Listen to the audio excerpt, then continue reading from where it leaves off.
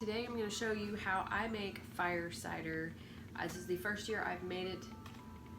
This is what fire cider I have left. I actually made this in the summer. I should have already made more because it does have to sit for 3 to 4 weeks to infuse. But if you can see this, you can see all the good stuff in the bottom. So whenever you use your fire cider, you just want to shake it up a little bit and get all that goodness in there, and then just take a shot of that in a little shot glass or about a 1 ounce container.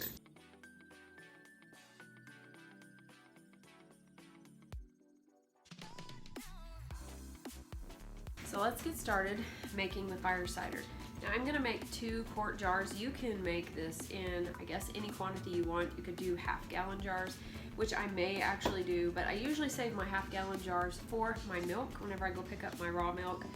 So I have some extras. We'll see how it works out. I've got extra oranges and extra lemons and stuff, and we'll see how much turmeric and ginger root I have. I do not have the horseradish root, so I do have to look for that today. They were out of it whenever I shopped for all my stuff for fire cider. We are going to add some fresh herbs that I'm really excited about that are in my herb garden outside, so let's go get those. Alright, so we're going to come out here and get some herbs. We're going to take a little bit of time. Not a whole lot of it left. So I'm going to take a little bit of time, put in my basket. Alright, we're going to move over here to the lemon balm. Take some of these down over here. I have lemon balm dried in the house, but I'm going to use some fresh lemon balm in the fire cider. I brought the scissors out here and I haven't even used them yet, but this smells so good. It actually smells like lemon furniture polish, like what my mom used to use. Alright, there is a little bit of oregano left, not a whole lot. So I'm going to take some of that. I do need enough for 2 jars though. And then some rosemary. Now I've actually taken some of this and put it in water in the house. I'm hoping to keep it in the house until next year.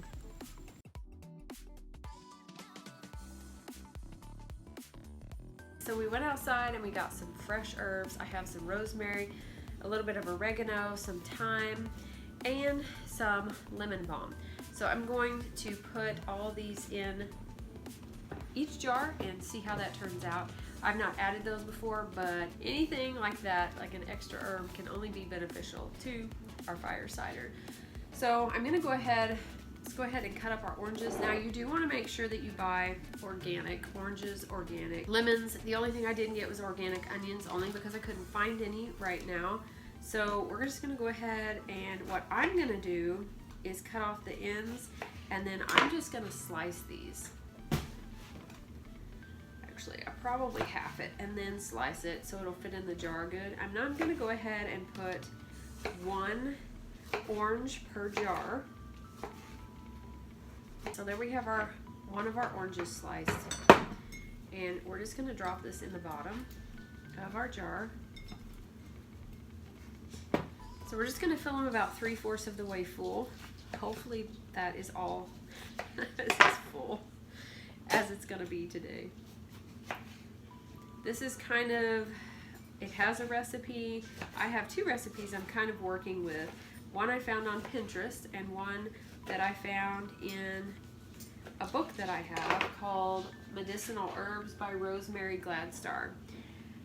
She has some great books. If you've never read any of her books or seen any of those, you should definitely check those out at your library. I love her books. They're just easy to read, and they're just really simple. I don't have not a lot of fluff to it. Okay, so we've got our oranges in both of these jars. Now let's do our lemon. So we're going to do the same thing with the lemon. We're just going to cut off each end, pitch that, and then I'm just going to go ahead and slice these up the whole slice. No need to make these any small. They're going to fit in there pretty good. Now you can slice these, you can quarter these any way you want. So we have all the slices in there, so put those in there. Got our other lemon. Now right now I'm about the only one that uses this fire cider in our house. It does have quite the kick to it, especially because it has that apple cider vinegar in it. You can also add, when it is done infusing, you can add honey to sweeten it a little bit, and of course the benefits of honey. And then you can add cayenne pepper if you would like. I will be adding cayenne pepper and honey later. Last time I added, with the batch that I have now, I actually added jalapenos, but I thought about adding the jalapenos, but I couldn't find any organic at the store, so I didn't use those. So I'm gonna just use some cayenne pepper. I'm gonna try to find some organic cayenne pepper. Next, let's go ahead and add the herbs to the jars. So we have our 2 jars. So we've got our lemon balm.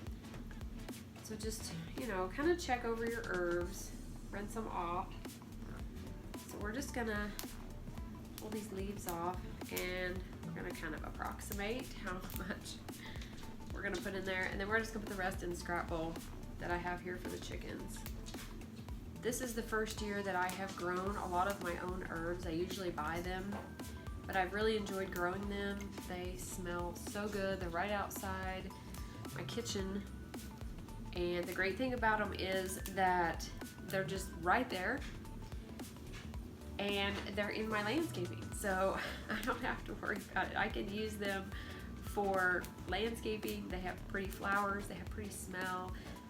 They attract beneficial insects. So we've got our lemon balm in there.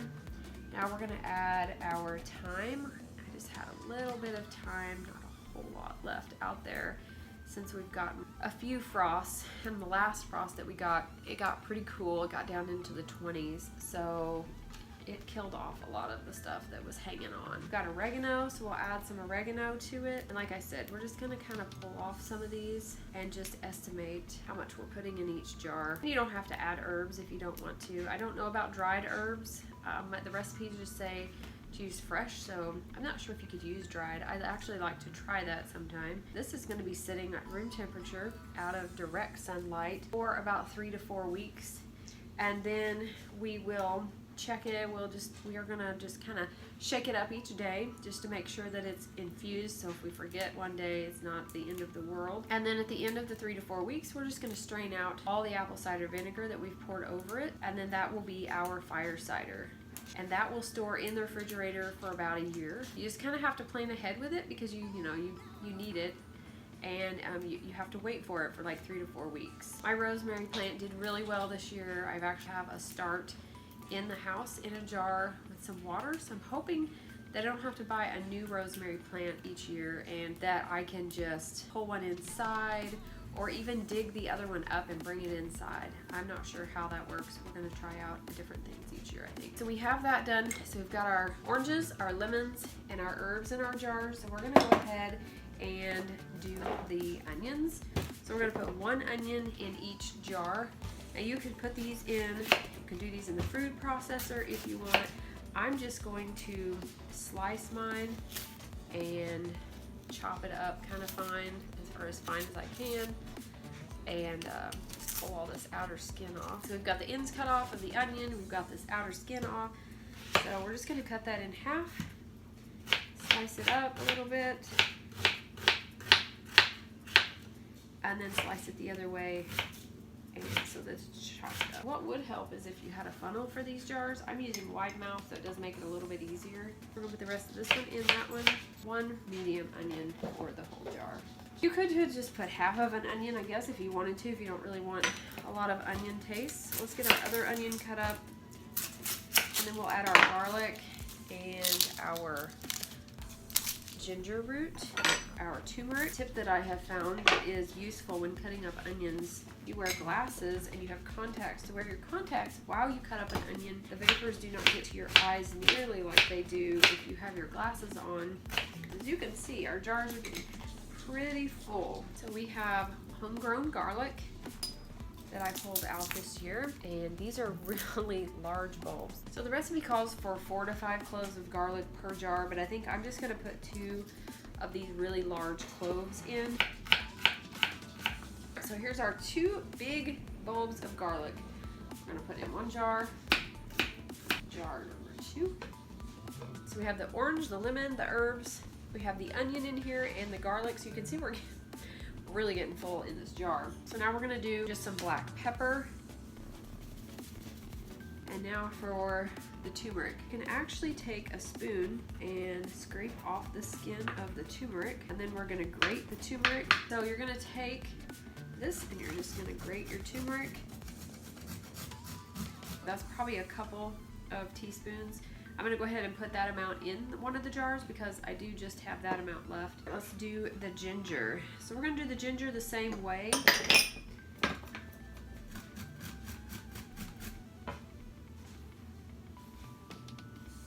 So we have the ginger root grated up, and I'm just gonna pinch some out, about a teaspoon.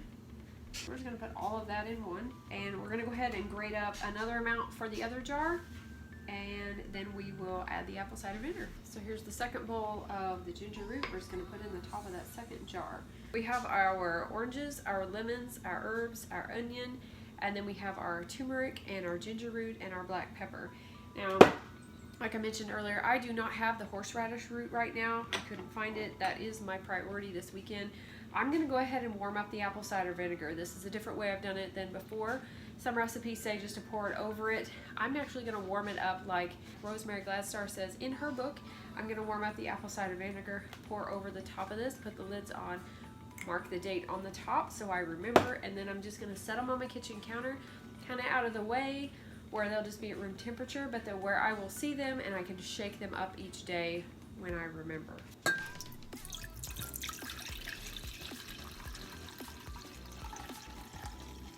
gonna make sure that you get apple cider vinegar that has the mother, that is unfiltered raw, and that it is organic. This is the best kind to buy. So we're just gonna pour it in here. We're gonna have it in here. We're gonna heat it up just a little bit, and then we're going to pour it in our jar. So now we're at the final step for today. We're gonna add the apple cider vinegar. I never really know exactly how much to use. I just usually make sure I at least have one of these 1-quart bottles of apple cider vinegar. I had one that had some left. So this is warm, so I'm just gonna pour this over the top. Of course, we have a lot of stuff in here, so it's just gonna kind of fill in. So we're gonna fill that up just like that. And I will have to heat up more because I do not have enough to do this second jar. So just make sure you at least have one of these to do one jar, and that should be plenty. Again, I'm doing 2 jars, so I will need more, but whoo, I can already smell, like I can smell the orange coming out of that. The steam is coming off of there and it's bringing that orange out of there. Let's talk about lids. I buy these. These are just white plastic lids. They fit on the mason jars. You can buy them in wide mouth or regular mouth. I love these. They fit nicely on top of the jars. I use these for a lot of stuff. When we open applesauce, we put lids like this on it. I store soups in these jars and use these lids. I was having to buy them on Amazon, but I recently found them at Walmart. So I will try to put links to everything I'm using down below so that you can find what I'm using if you want to use that. So we're just gonna put these on here and tighten that up. And so we have apple cider vinegar ready to go. You can kind of give this a little shake and a twist to make sure that you have all the air bubbles out, because you could have to add some more apple cider vinegar. If you do have one of the tools for canning that you can run down the sides, you can also use that to get kind of the air out. As you can see, now some of the stuff is exposed because we let the air bubbles out, but it still smells wonderful. So I'll be adding some more to this one as well. While that other batch of apple cider vinegar is heating up, I had a thought that I would share with you. Since we don't know how much apple cider vinegar to actually heat up, and you don't want to heat up too much and then pour it back in there, what my suggestion would be, just like this one's not filled completely full, with the apple cider vinegar that you heat up, go ahead and split it between both jars, and then use the rest of the apple cider vinegar that's not heated up, and you can use it to top the jars off with. That way you're not heating up too much, and really it's not going to make that much of a difference. The last batch that I made, I didn't heat up the apple cider vinegar, so just give it a quick little stir and it's still really warm. So you're still going to have a really good infusion, but I think they're really pretty, and I love the green added in there as well. So we have both jars finished, ready to sit out for 3 to 4 weeks. I will be marking the date on these so I don't forget, and I can kind of mix them up, just flip them back and forth each day that I remember, and then they will be good to go. Now the reason I set mine on the counter is so I don't forget, because if I put it somewhere else, I will forget about it. So we're gonna set these on the counter, and I think they are gonna look really pretty anyways, and then we'll just give them a quick flip each day and mix that up. Now, one of the important things, and personally to me, when making a recipe, especially something like this, that you kind of just put whatever you want in it, is writing it down. So I will actually take the recipe that I printed out, or I will write down what I put in mine, how I did it, and then that way I can write after it's ready and I add the honey and the cayenne pepper. I can see if I liked it or not. If I do not like the flavor of something in it, I can make that note and know not to put it in there next time.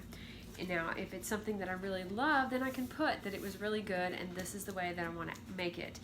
I've made stuff before that I didn't like, and so maybe I could have just taken one or two things out of it and changed it a little bit, or if something that I love, but then I can't remember how I did it exactly. So this is just a good tip. Make sure that you write down what you use and how much you use of it, kind of estimated at least if you don't know the exact amount.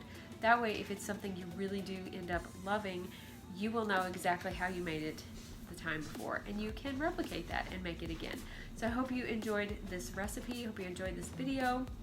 Be sure, if you have made fire cider and you add something different, or there's something that you like, then I would love to hear about it below in the comments, and that way other people could see that and we can share our ideas and tips.